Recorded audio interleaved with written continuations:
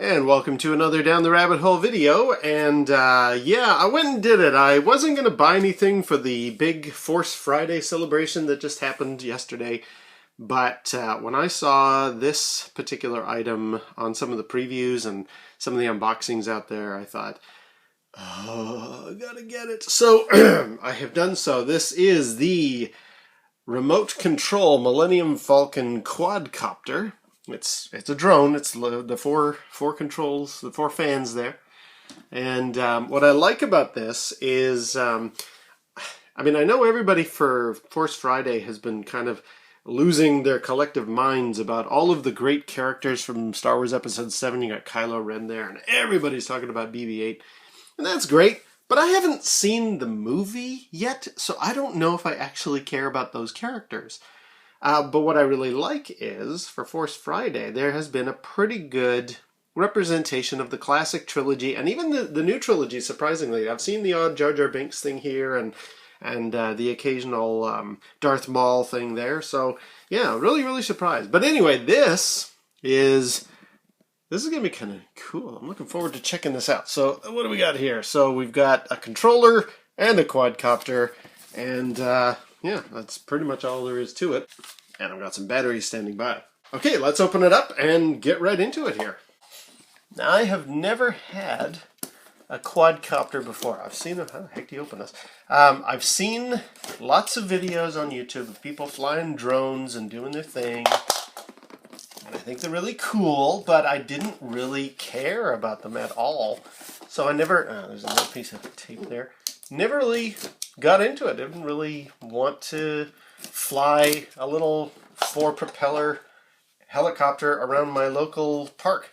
So I didn't really give a rat's. But this thing, this is very, very cool. Let's hope I don't break it here. Oh wait, another piece of tape. Oh, wait a minute. Okay, cool. It actually opens like this. There we go. So there it is. There is the Millennium Falcon actual quadcopter. We'll leave that here for a moment. What else comes in the bag? Our box. We've got the controller and a cable and some instructions. Now, I've actually been watching people online about this, and what's this? Pre-flight checklist. That's kind of cool. Yeah, actually, that's some pretty good packaging. I like that. You can just slide it in. I might even hang on to that for display purposes. We'll see. What we're going to do, let's get the controller out. Ah, there we go. Okay, there's the controller. Yeah, I've been seeing some people have shown how theirs works, and I'm going to follow their instructions here. So basically, you got up and down and left and right movement. A couple of triggers, which mostly do sound effects and stuff, but that's still kind of cool.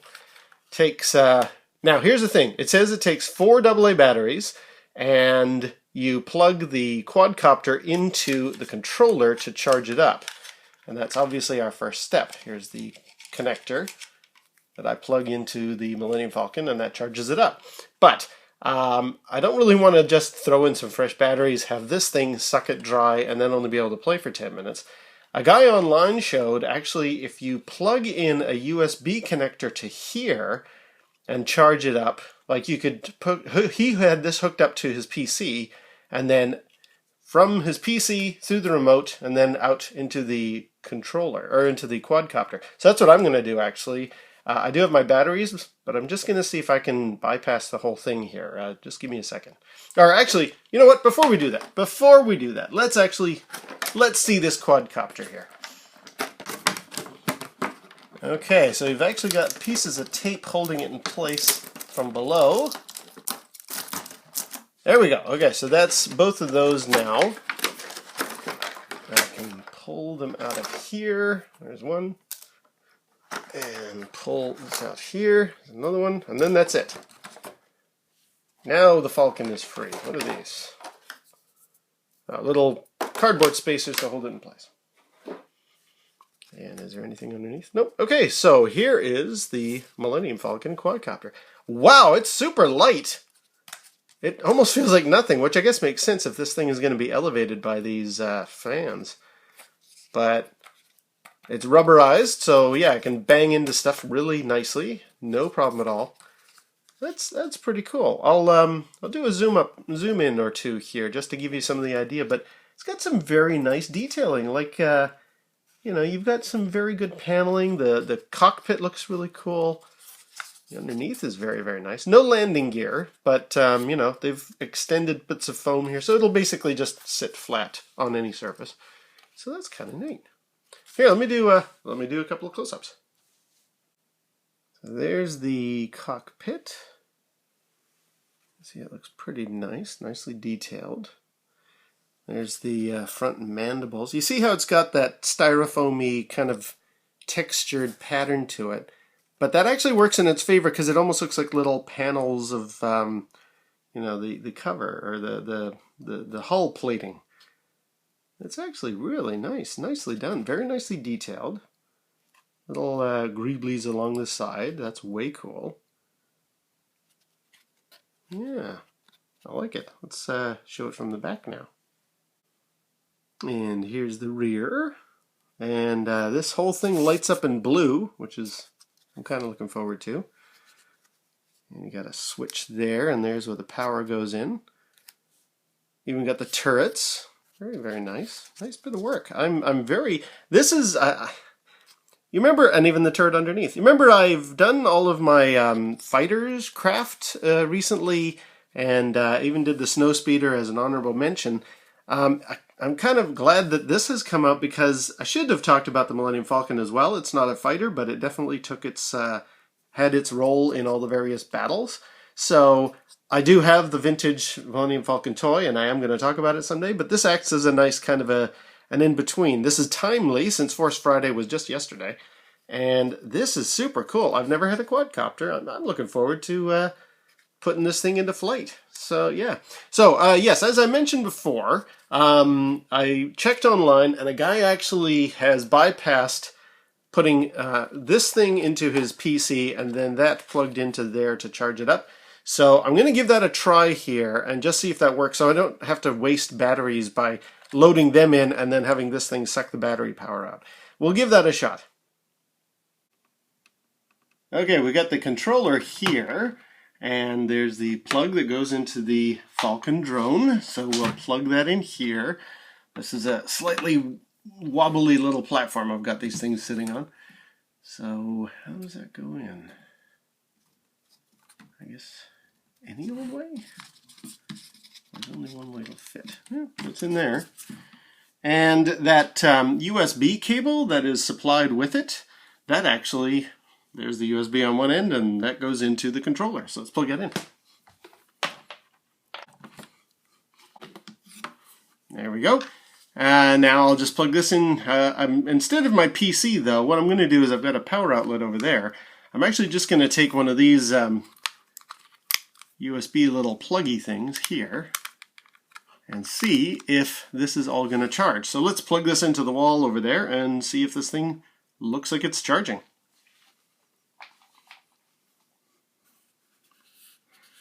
Here we go, contact! Ah, we have lights. Now, I'm not sure what the red blink indicates, but it is blinking red. So, let's, and I think somebody said it'll turn green when it's done. I'm assuming, since there's absolutely no batteries in here right now, that means it is charging up the drone itself. Let's check the instructions while that's doing its stuff. Yep, it's mentioned right here in the instructions. The second page here shows plug your USB connector into your computer, into the controller, and then into the Falcon. And it says here, and I'll just read it out, the charging indicator will turn solid green when fully charged. Once fully charged, remove the charging wire and store back in the computer or controller. Oh, and one final thing before I put away these instructions here, it has a little advisory. Before you recharge the battery again, wait 10 to 15 minutes to let the battery cool down. So yeah, well, this is the first time being used, so it's not a big deal. But I guess if I was to play the heck out of the Falcon here and then want to be playing it again very, very soon, they advise give it 10 to 15 minutes before you do a recharge. So I'm going to let this turn green, and I'll be back. Okay, here we are, half an hour later, and I didn't time this very well. The light did change to green, and I kind of got distracted for a bit, so it's not blinking green anymore. But it was green, so we are done. Let's get this happening here. So I got to put actual batteries into the back of this now, and set this thing up for its maiden voyage. Let's try it out. Alright, batteries are in. Put this back on. I'm going to flick the switch on the Falcon here. Oh, it has lit up. I have noticed though, since the Falcon is blinking, this has stopped blinking, which I think means they're synchronized and ready to go.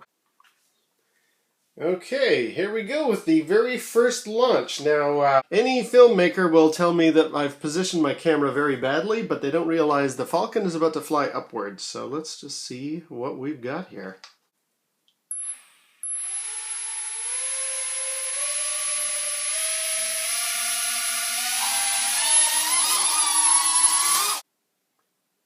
Well, that was terrible. Let's do it again.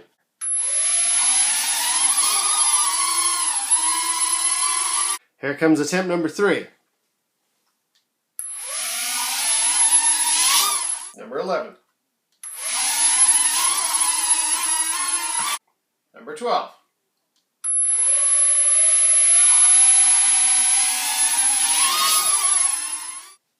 Alright, well clearly I need to do a bit of practicing. This thing is very difficult if you've never handled a drone before, but it does work, so I'll do a little bit of practicing on it and see if I can make it actually fly properly. Alright, well I've done a bit of flight practice here and I've sorted out what it is about drones. This one's got like a little auto stabilizer inside, so here I am trying to launch it off these platforms and it's going everywhere. If I just set it in the air and give it some power, it actually hovers, kind of, as long as I keep it under control. So if I do this, it'll actually stabilize itself relatively well here. Watch this. See?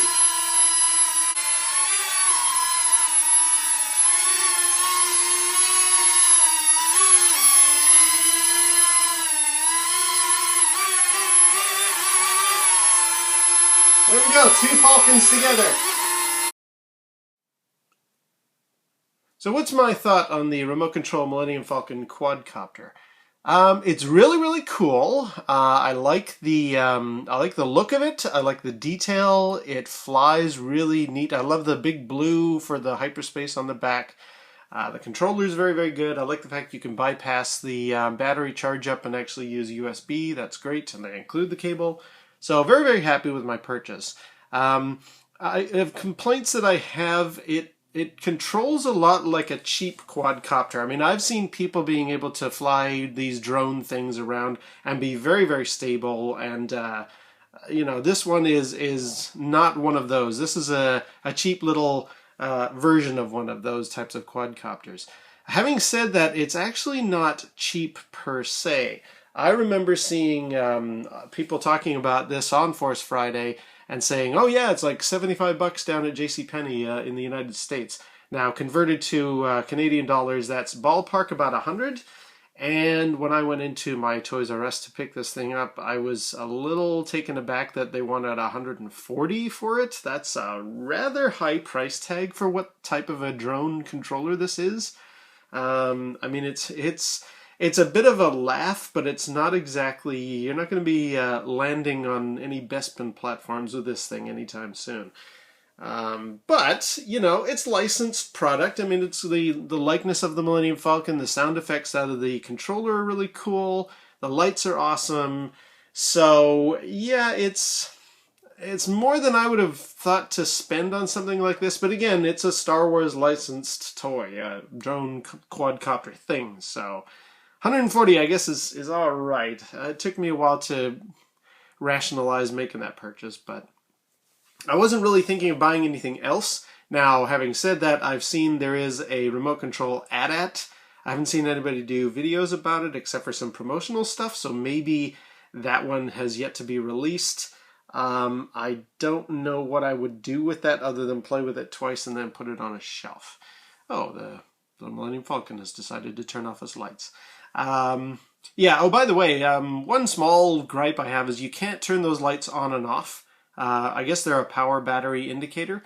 The engine on the back is fine, but the lights on the front, I mean, that's really only if you're flying into a giant slug on an asteroid. You don't really need those lights otherwise. So the fact that you've always got those on is, whatever. But yeah, now I notice I get about 20-25 minutes of solid play on a full charge, and the first time I charged this thing up, it only took half an hour. The second time I charged it up, it took a full hour. Now, maybe that's because I've got batteries inside the remote control, like inside the controller, so when I was plugging it into USB and then into that thing, maybe it was trying to charge this up at the same time as that. I'm gonna take the batteries out for the next charge and see if I'm back down to the half-hour mark. But that was kind of, for an hour's worth of charging just to get 25 minutes of play. That's not great. Yeah, would I get anything else? The AT-AT is very tempting, but I'll see how much that is. If this is 140, Lord knows what that thing's going to cost. And I didn't see too much else. Maybe the land speeder. Having said all of that, Mamemeister, Alan Stewart, has just posted a video. He got the BB-8, the little rolling droid thing, and he was very pleased with it, and it looks very impressive. Again, I think it's a neat design, great bit of technology. I gotta wait till I see the movie. I mean, what if I can't stand BB-8? I'm sure as heck not gonna buy something of him until I see what the personality of the character is like. But Alan Stewart said that remote control droid thing, where you need to use a smartphone app in order to control it, so you don't even get a remote for it. He said that was 140 pounds, so that's even more expensive than this thing. So I guess it's all a matter of perspective. I guess they can charge certain prices for certain things, and this is more than I would have wanted to have spent, but you know what? I think this is kind of cool. I think this gives me some challenge. I'm going to try and learn how to fly this thing properly, and it looks great. It's nice to have a Millennium Falcon that can fly around the house, and yeah, I'm overall pleased. I'm glad I got it. So anyway, there we go. That is my rather lengthy review of the remote control Millennium Falcon quadcopter drone thing, and I hope you enjoyed it. I gotta go back to do some flight training. Anyway, until next time, we'll see you down the rabbit hole.